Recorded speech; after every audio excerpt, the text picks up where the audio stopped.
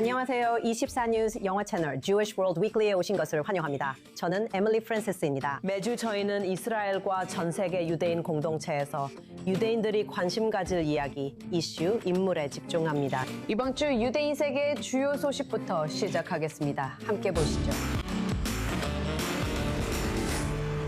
캘리포니아의 한 남성이 유대인 시위자 폴 캐슬러의 사망 사건과 관련해 1년 징역형과 보호관찰을 선고받았습니다. 루아이 압델 파타 알라지는 2023년 11월 사암전 오크스에서 열린 친이스라엘 및 친팔레스타인 집회 충돌 사건 이후 과실치사와 폭행 혐의에 대해 유죄를 인정했습니다. 검찰은 알라지가 확성기로 캐슬러를 때려 그가 넘어지면서 머리를 인도에 부딪혔다고 밝혔습니다. 69세의 유대인 캐슬러는 다음날 머리에 둔기 외상으로 사망했습니다. 캐슬러의 가족은 관대한 형량을 비판했습니다. 다마스쿠스 주요 유대인 묘지 복원이 시작됐습니다. 이는 아사드 정권 붕괴 후 시리아 유대인 유산을 되살리려는 움직임의 일부입니다. 이 묘지에는 수백 개의 무덤이 있으며 오랜 기간 방치되었지만 내전 중에는 손상되지 않았습니다. 첫 번째 단계는 무덤 청소와 보수이며 다음 달엔 단장 복원, 조명 및 보안 카메라 설치가 예정돼 있습니다. 마지막으로 유대인 코미디 전설 멜 브룩스가 100세가 되었습니다. 멜빈 카민스키로 태어난 그는 브루클린 유대인 가정에서 살았습니다. 제2차 세계대전에 참전한 후 그는 텔레비전, 스탠드업, 영화에서 경력을 쌓으며 두려움 없는 풍자로 유명해졌습니다. 그의 대표작은 프로듀서스, 블레이징 새들스, 영 프랑켄슈타인으로 이 영화들은 나치, 편견, 권력을 과감히 조롱했습니다. 베네수엘라에서 발생한 끔찍한 두 차례의 지진으로 인해 사망자 수가 계속해서 증가하고 있습니다. 2,000명 이상의 사망이 확인되었습니다. 그리고 시간이 지날수록 생존자를 찾기 위한 지속적인 노력에도 불구하고 희망은 점점 더 희박해지고 있습니다. 베네수엘라의 유대인 공동체 역시 이번 지진으로 큰 피해를 입었습니다. 5,000명 규모의 공동체 중 3명이 사망한 것으로 확인되었고 여러 명이 여전히 실종 상태이며 수십 가구가 집을 잃었습니다. 지금 카라카스에서 저희와 함께 해주신 분은 로베르토 미슈킨 씨로 그는 이 나라에서 가장 큰 아슈케나지 회당인 우니온 이스라엘리타 데 카라카스 회장입니다. 안녕하세요. 그리고 이 자리에 함께 해주셔서 감사합니다. 지금 굉장히 바쁘신 걸로 알고 있습니다. 먼저 이렇게 여쭤보고 싶어요. 모두들 어떻게 지내고 계신가요? 아직도 이곳은 정말 재난 지역인 걸로 알고 있습니다. 안녕하세요. 모두 좋은 하루 되시길 바랍니다. 초대해 주셔서 감사합니다. 저희에게는 이것이 정말로 큰 재앙이었습니다. 20년이 넘는 오랜 기간 동안 심각한 경제적, 정치적 위기를 겪어온 나라입니다. 지금 이런 일이 일어난다는 것 자체가 너무 벅찹니다. 다행히도 우리 공동체의 사망자 수는 그리 많지 않았습니다. 지역사회가 받은 감정적인 충격은 엄청났습니다. 상상할 수 있을 것 같아요. 하지만 매일 그렇죠.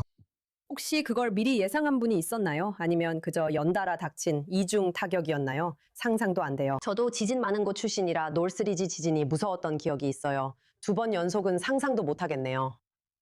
저희 입장에서는 2번 연속으로 느껴지지 않았어요. 그냥 아주 길게 이어지는 한 번의 지진처럼 느껴졌죠.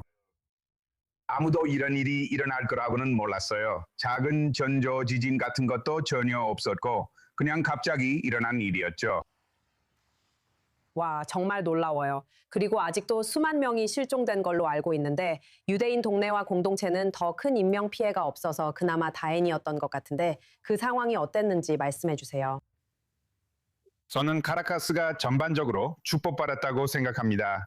1967년에 카라카스에서 정말 도시를 황폐화시킨 엄청난 지진이 있었던 것을 생각하면 우리는 정말 축복받았다고 할 수 있습니다. 아마도 오늘날 건물을 짓는 방식이 더 안전해졌기 때문일지도 모릅니다.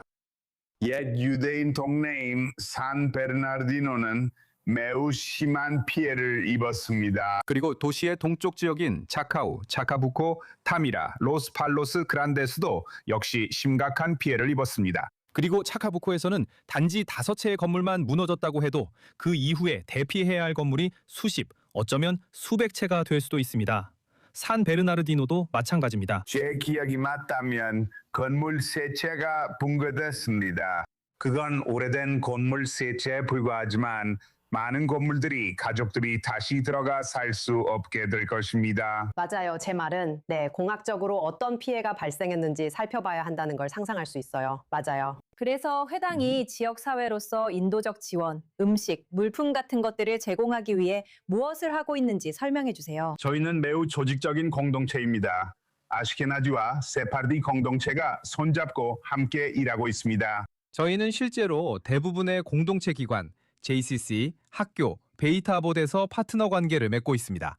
모든 것은 발라카일이라는 우산 아래 두 공동체가 손을 맞잡고 함께 운영하고 있습니다. 그래서 거의 첫날부터 이미 비상 대응 프로토콜이 마련되어 있어서 우리가 신속하게 대응할 수 있습니다. 우리는 지진을 대비한 것은 아니었지만 이 나라는 복잡한 나라입니다. 그래서 우리 비타혼, 즉 공동체 보안 체계는 매우 잘 갖춰져 있고 우리 커뮤니티도 매우 잘 조직되어 있습니다. 비상시에는 도시 내 두 개의 대형 집결지가 있다는 것을 모두 알고 있습니다. 하나는 제 기관이고 다른 하나는 JCC입니다. 그래서 우리는 즉시 우리 기관으로 갔습니다. 문을 열고 난민들을 받기 시작했습니다. 그리고 그날 밤 24일 수요일 자정에 우리는 비상대책위원회에 모여 앞으로 며칠, 몇 주 동안 무엇을 해야 할지 계획하고 논의하기 시작했습니다. 와, 정말요. 저도요. 우리는 베네수엘라에서 수십 년간 유대인 공동체와 차베스 정권 이후 어떤 일이 있었는지 잘 알고 있습니다. 그래서 이미 비상 대책을 준비해야 했다는 것이 무섭게 느껴져요. 반유대주의나 납치 같은 위험 때문이죠. 그동안 얼마나 끔찍했는지 저희도 잘 알고 있습니다. 그리고 아시다시피 팬데믹도 우리 공동체가 함께 관리해야 했던 또 다른 일이었습니다. 저희는 국가적으로 거의 일주일 동안 정전이 있었고 그것도 비상 상황으로 관리해야 했습니다. 그래서 불행히도 저희는 그런 경험이 있었지만 이번에는 그 경험 덕분에 빠르게 대응할 수 있어서 다행이었습니다.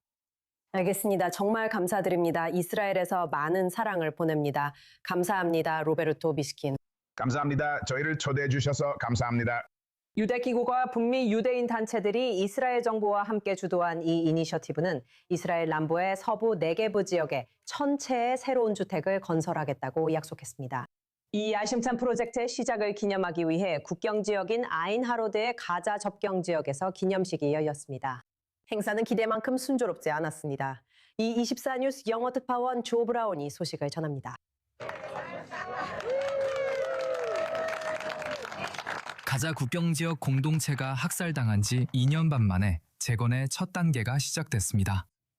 북미와 전 세계에서 온 유대인 지도자들이 유대인 기구 이사회 일원으로서 대규모 건설 프로젝트의 기공식에 참석하기 위해 키부츠 아인 하슬로샤에 모였습니다. 이스라엘 정부와 유대인 자선가 및 단체들의 지원으로 추진되는 이 계획은 서부 네게브 지역의 1,000채의 주택을 신축 및 재건하는 것으로 첫 46채는 아인 하슬로샤에 건설됩니다. 이곳은 10월 7일에 90명의 테러범이 침투해 4명의 이스라엘인이 희생된 공동체입니다.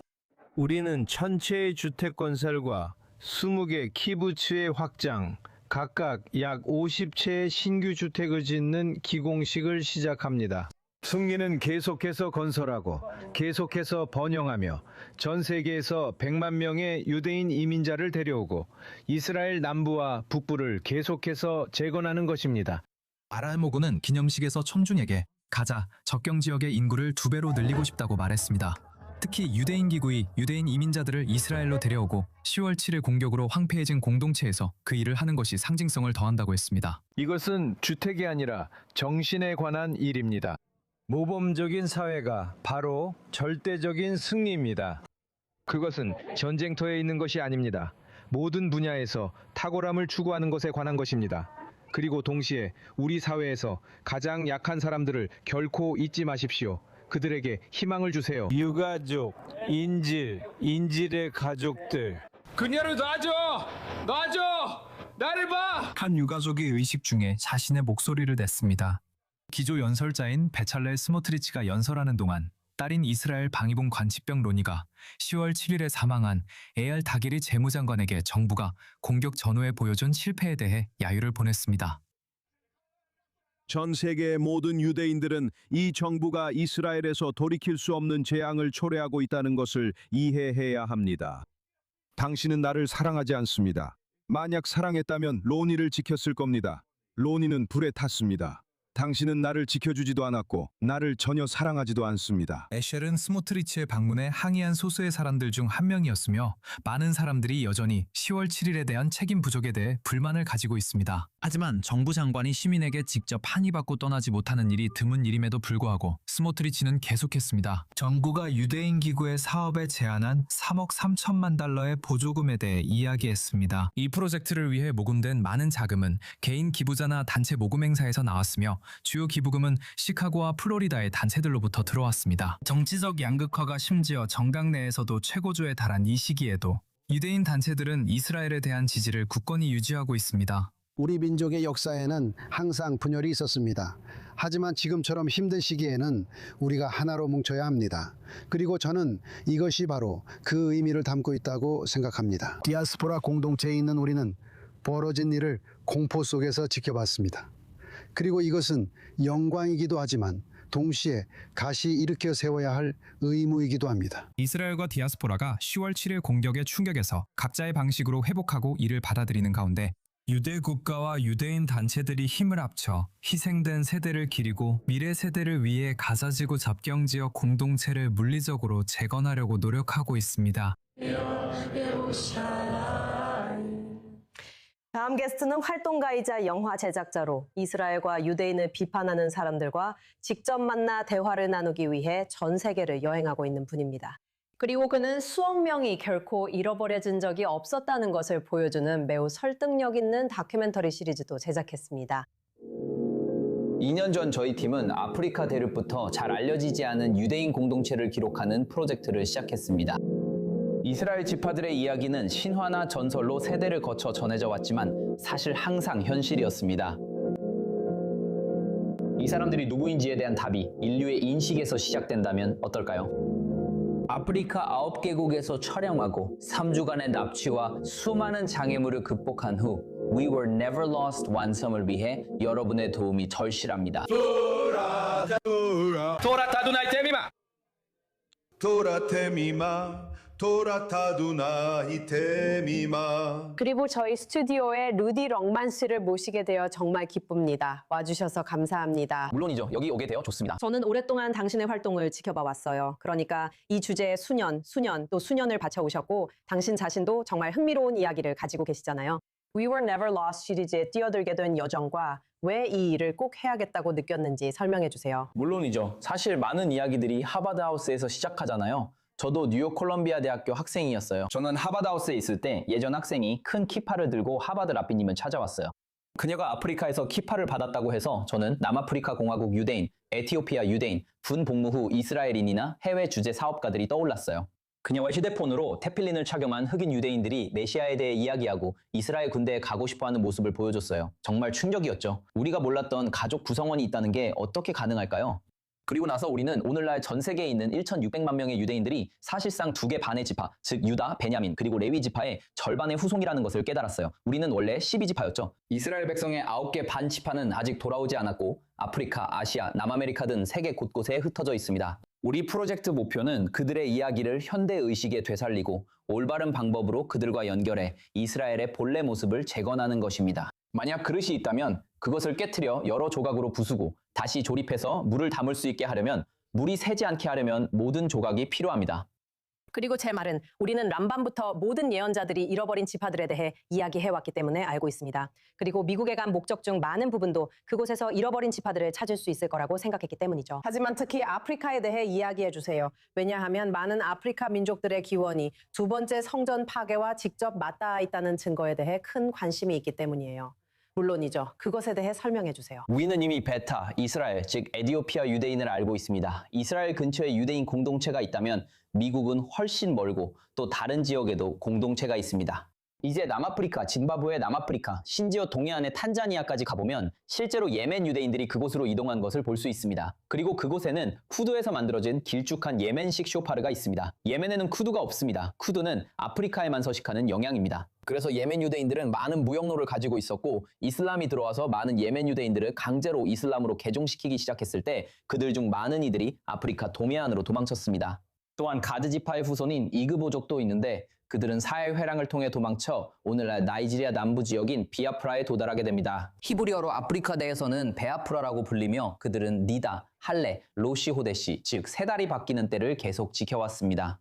그들은 카시루트 지켜왔고 자신들이 이스라엘의 일부라는 정체성을 지켜왔으며 언젠가 고향으로 돌아갈 것이라는 믿음을 간직해왔습니다. 그리고 오늘날은 여행과 소셜미디어, 다양한 곳에 갈 수 있는 능력 덕분에 이런 날이 찾아온 것입니다. 우리는 저 밖에 우리 형제자매들이 있다는 사실을 인식할 책임이 있습니다. 그들 중 일부는 기율, 일부는 기율 우추마들 해야 하며 할라카, 유대교 율법에 등에서 다양한 개종 절차를 거쳐야 합니다. 어떤 결정이 나와도 우리는 이곳에 무언가 있고 문제 본질을 파악해 이스라엘 가족을 다시 데려와야 함을 알고 있습니다. 그리고 당신이 이 일을 하고 있다는 건 그러니까 아무런 반발 없이 이루어진 게 아니잖아요. 이미 당신은 투사이고 군인이에요. 당신은 알다시피 홀로 복무하는 병사였고 가자지구 전쟁과 레바논에서도 모두 참전해야 했어요. 당신은 스스로에게 많은 부담을 주고 있어요. 그리고 위에서 말한 모든 것에 따르는 용기에 대해 설명해 주세요. 물론이죠. 저는 저 자신을 빛의 전사라고 생각합니다. 저는 단순히 전쟁을 하기 위한 전사가 아니고 단순히 어떤 현실에서 살기 위해 빛 속에서 사는 것도 아닙니다. 저는 빛의 현실을 만들기 위해 여기 왔습니다. 하지만 오늘날 우리는 적이 있어 때때로 싸워야 합니다. 그래서 10월 7일 크파르 아자로 돌아갔습니다. 저는 예비군으로 소집돼 10월 7일 밤 크파르 아자에서 하마스와 싸웠고 이후 칸 유니스, 가자지구 레바논 아라이다에 진입한 첫 부대에 있었습니다.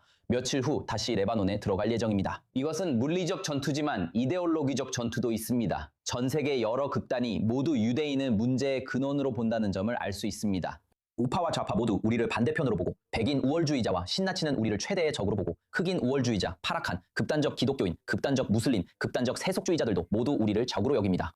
모든 극단주의자들은 유대인이 문제라는 데 동의합니다. 제 생각엔 우리가 뭔가 잘못해서가 아니라 충분히 하지 않기 때문입니다.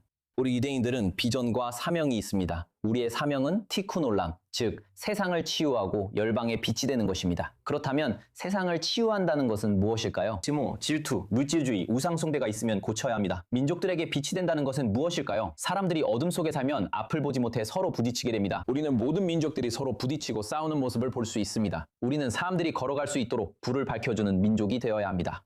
이제 만약 여러분에게 몸이 있고 각 민족이 저마다의 역할을 한다면 인체에서 몸을 치유하고 다른 기관들에게 힘을 주는 역할은 무엇일까요? 그것은 면역체계입니다. 면역체계가 제 역할을 하면 몸은 치유됩니다. 몸이 건강해집니다. 면역체계가 제 역할을 하지 못하면 몸은 병이 듭니다. 그래서 우리가 질병을 만든 것 때문에 비난받는 것이 아니라 그것을 바로잡을 책임이 있기 때문에 비난받는 것입니다. 제가 말하고 싶은 것이 바로 그것입니다. 역사적으로 많은 질병에 대해 비난받아왔습니다. 흑사병도 우리의 잘못으로 여겨졌죠. 모든 것이 유대인들의 탓으로 돌려졌습니다. 그러니까 마지막으로 당신은 정말로 미국 거리에서 많은 사람들과 직접 소통하고 계시잖아요. 그리고 당신은 사람들과 연결되면서도 정보를 전하는 아주 특별한 방식이 있으신데 그게 효과적이라 느끼셨나요?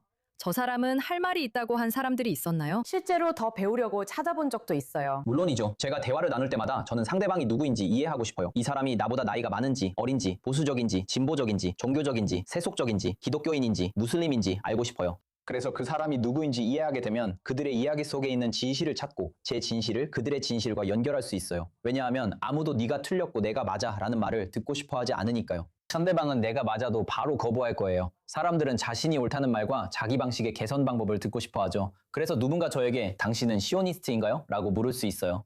질문하는 방식만 봐도 반시오니스트인 것 같아요. 그래서 답하기 전에 시오니즘을 어떻게 정의하나요? 라고 먼저 물을 거예요. 그리고 그들이 자신만의 정의를 말해주면 어디서 잘못 이해했는지, 어떤 부분은 맞게 연결하고 있는지, 그리고 내가 어떻게 다른 정의를 제시해서 그들이 새로운 시각으로 볼 수 있게 할 수 있을지 알 수 있어요. 저는 이게 누구에게나 쓸 수 있는 소통 도구라고 생각해요. 대화에서 중요한 건 거울 앞에서 연습한 말을 되풀이하는 게 아니에요. 상대가 나를 이해하려면 먼저 내가 누구와 이야기하는지 이해하고 내 진실을 그들의 진실과 연결해야 해요. 정말 아름다워요. 좋은 일 계속하시길 바랍니다. 고마워요, 루디. 다큐 첫 시즌 기대돼요. 샴페인 때문은 아니에요. 비즈라타 샘. 흥미로운 소식으로 40여 개국에서 온 8,000명 선수들, 이 이스라엘에서 열리는 제22회 마카비아 대회 40여 종목에 참가해 경쟁 중입니다. 15세 어린이부터 87세 선수들까지 다양한 연령대의 참가자들이 유대인 올림픽에 참가해 스포츠맨십과 시온주의의 열기 속에 참가하고 있습니다.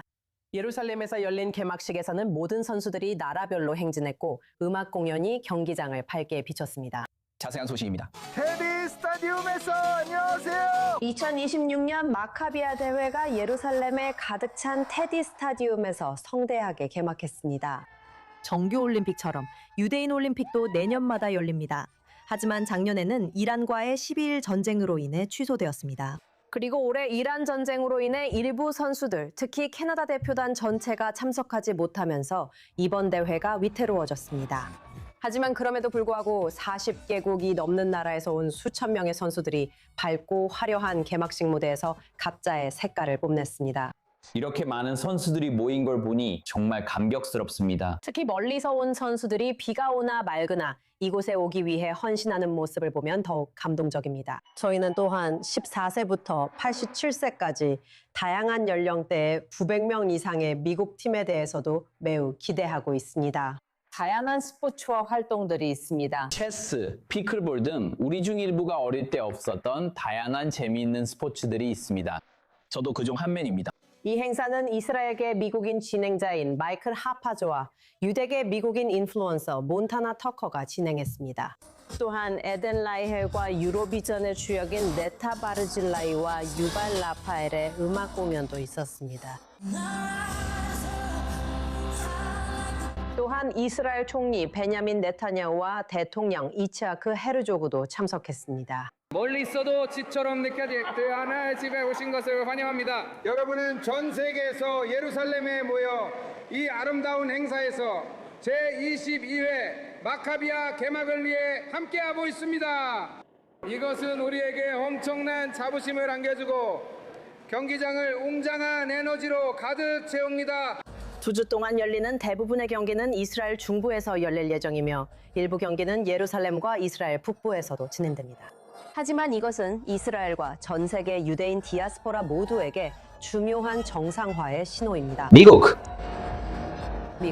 가장 큰 대표단 중에는 아르헨티나, 브라질, 멕시코 그리고 미국이 있습니다.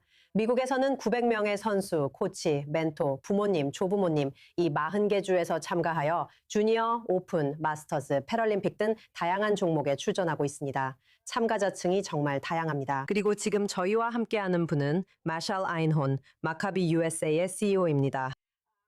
뵙게 되어 반갑습니다. 축하드립니다. 우리가 해냈네요. 드디어 오셨네요.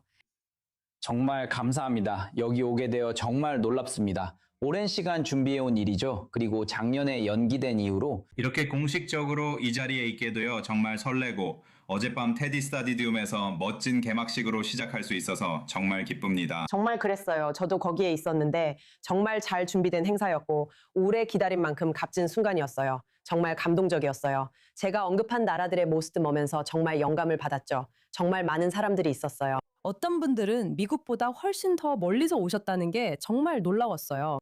왜 여기에서 지난 3년을 함께 겪어온 우리들과 함께 이스라엘에 있으면서 대표로 참여하고 교류하는 것이 그렇게 중요한 걸까요? 글로벌한 느낌이 경기장 안에서 그대로 느껴져서 정말 좋았어요. 대표단들이 경기장 건너편 아레나에서 준비를 하거든요. 그래서 그 아레나에는 여러분이 보는 모든 나라 사람들이 가득 차 있어요. 하지만 미국이 거의 마지막에 입장해서 전 세계 멋진 나라들이 테디 스타디움에 들어오는 모습을 다 볼 수 없어요. 그런 느낌이 잘 전달됐다니 정말 좋네요. 네, 저는 이곳에 있는 것이 정말 중요하다고 생각해요. 10월 7일 이후 이스라엘에서 열리는 디아스포라 유대인들의 가장 큰 글로벌 모임이니까요. 그리고 아시다시피 우리는 그날 이후로 이날을 계속 기다려왔어요. 이스라엘과 이 지역에서 여러 가지 도전들이 있었으니까요. 그리고 전 세계 유대인 공동체에게도 이렇게 한 유대인 민족으로서 함께 모이고 서로 연대하며 단합하는 것이 정말 의미 있고 중요합니다. 그리고 물론 이스라엘과 이스라엘 사람들과 함께하는 것도 마찬가지입니다. 바로 여기 예루살렘과 텔아비브 그리고 전국 곳곳에서 함께하는 것이 이 시기에 정말로 중요합니다. 그래서 아시다시피 우리가 언급했듯이 이번 대표단은 900명 규모이고 모든 연령대가 포함되어 있습니다. 어떤 점이 가장 인상 깊었는지 말씀해 주세요. 예를 들어 45세 이상, 55세 이상을 위한 농구 경기가 있다는 점이 정말 마음에 들어요. 그리고 87세의 트라이애슬론 선수도 있고요. 이제는 주니어 부문도 열렸잖아요. 여기 사는 아이들에게도 영감을 줄 수 있는 유망한 선수들이 많이 있을 것 같아요. 예를 들어 집 근처 테니스를 아이들과 보러 갈 수도 있겠네요. 네, 마카비아 대회의 아름다움은 분명히 그 배경과 유대인들이 한자리에 모인다는 점이지만 스포츠 자체도 정말 다양하다고 생각해요.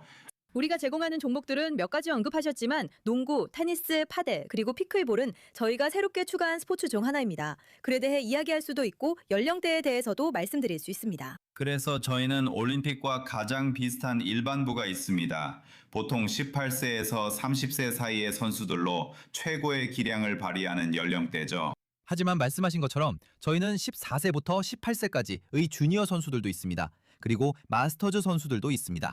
저 같은 경우에는 35세 이상이 속하는 연령대에 해당하겠죠. 미국 대표팀 선수들은 14세부터 87세까지 그리고 그 사이에 거의 모든 연령대에 걸쳐 있습니다. 그래서 이곳은 앞으로 성장할 선수들, 언젠가 대학 스포츠나 잠재적으로 프로 스포츠에서 활약할 선수들에게 정말 좋은 곳입니다. 우리는 프로에서 성공하거나 올림픽에서 성공한 많은 선수들을 배출했으며 또한 경력 후반에 접어들어 다시 스포츠에 도전하거나 평생 스포츠를 해온 선수들도 있습니다.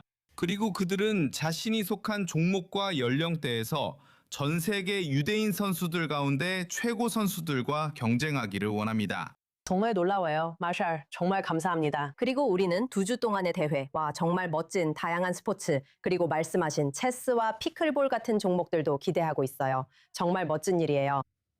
맞아요. 저희는 모두가 그곳에서 함께하는 모습을 기대하고 있고 이스라엘 사람들에게 받은 따뜻한 환대는 정말 큰 의미가 있었습니다. 그리고 이미 서로에게서 느낀 사랑이 정말 크다는 걸 알 수 있었어요. 앞으로 몇 주 동안도 이런 분위기가 계속되길 기대합니다. 정말 멋져요. 다시 한번 감사드려요. 감사합니다. 이번 주 Jewish World Weekly 에피소드는 여기까지입니다. 시청해주셔서 정말 감사드리며 i14 뉴스 유튜브 채널이나 웹사이트, 소셜미디어로 오셔서 이번 에피소드의 특정 코너나 이전 에피소드들도 다시 보실 수 있습니다. 저는 에밀리 프랜시스입니다. 시청해주셔서 감사드리며 텔아비브에서 샬롬을 전합니다.